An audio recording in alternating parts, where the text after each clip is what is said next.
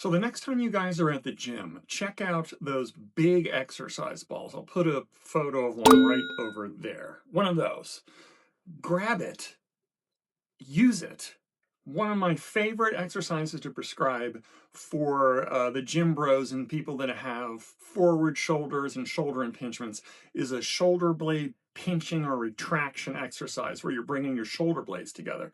So today I'm going to show you how to do that, and I'm going to show you, more importantly, how not to do that, because when I see people doing these exercises at the gym, they are often doing them in the wrong way and in such a way that I'm worried that they're actually feeding into their shoulder impingement. So today, exercise ball, one simple exercise. Let's look.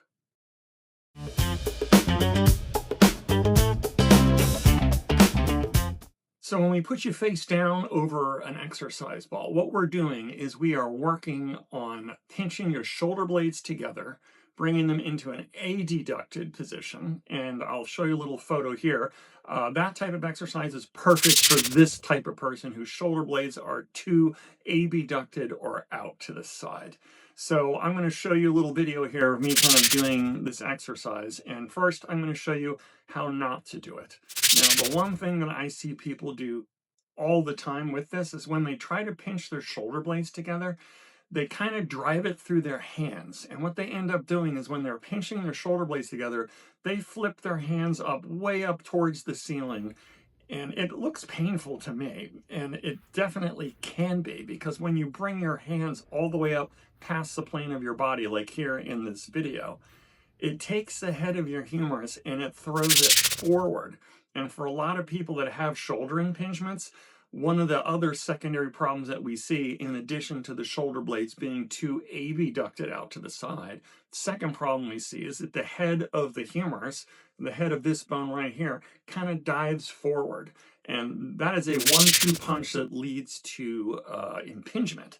So what we want to do is, when you're doing your shoulder blade pinches, you want to really concentrate on, or visualize, I tell people, pinch your shoulder blades together and do it without bringing your arms and hands past the plane of your body. What do I mean by that? If you look right here at me doing this at the gym, I am pinching my shoulder blades together and I am not bringing my hands up past you can see there, the horizontal level of my body.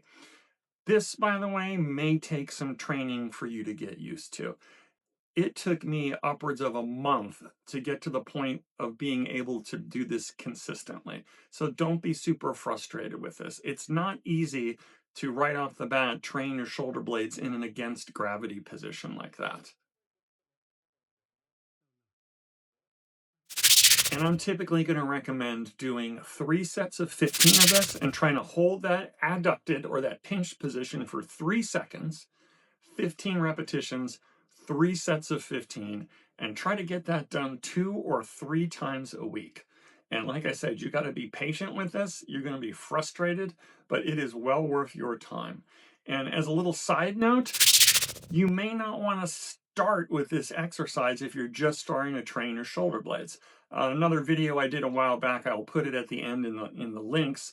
You can start with your shoulder blade conditioning just with doing the wall exercises. So check out the wall exercises, maybe do that for a couple weeks as some pre-work, and then kind of build yourself up to the face down over the exercise ball. And if you get good at that, you can eventually add some weight with your hands. But I'm going to add that little asterisk, that little disclaimer here.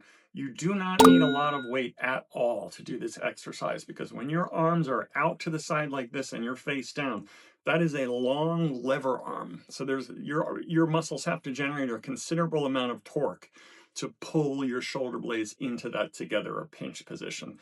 So if you start using 5, 10, 15-pound handheld weights, you're going to start substituting for it. Go light with the weight once you've mastered the motion. 1 pound, 2 pounds, 3 pounds. Keep it light, keep it simple, and hold that end spot in. You can follow me, the Angry Physio, for more tips and tricks on how to optimize your workout and how to work on muscle imbalances.